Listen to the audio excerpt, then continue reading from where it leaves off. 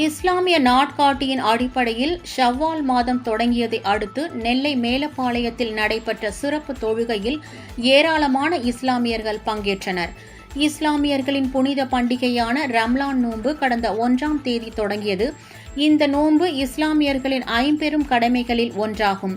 இந்த நிலையில் ஹிஜ்ரி கமிட்டி சார்பில் இஸ்லாமிய நாட்காட்டியின் அடிப்படையில் ஷவ்வால் மாதம் இன்று தொடங்கியதை அடுத்து நெல்லையில் ரம்லான் பண்டிகை கோலாகலமாக கொண்டாடப்பட்டது. இதையொட்டி நெல்லை மேலப்பாளையத்தில் தக்வா ஜமாத் மற்றும் ஹிஜ்ரி கமிட்டி ஆஃப் இந்தியா சார்பில் ரமலான் சிறப்பு தொழுகை நடைபெற்றது.